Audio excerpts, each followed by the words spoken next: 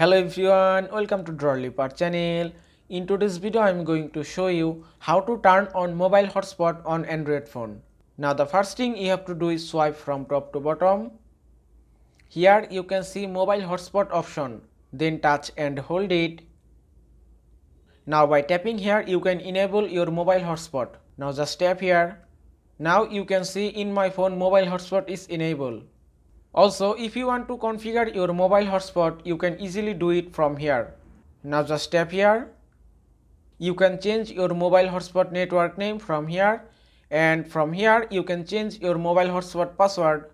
Also from here you can change your mobile hotspot frequency. You can select 2.4 GHz or 5 GHz as you preferred. If I select 5 GHz and then tap on save, and it's done. Now your mobile hotspot is ready for use. And that is how you can turn on mobile hotspot on Android phone. I hope this video was helpful. If it was, please give it a thumbs up and don't forget to subscribe.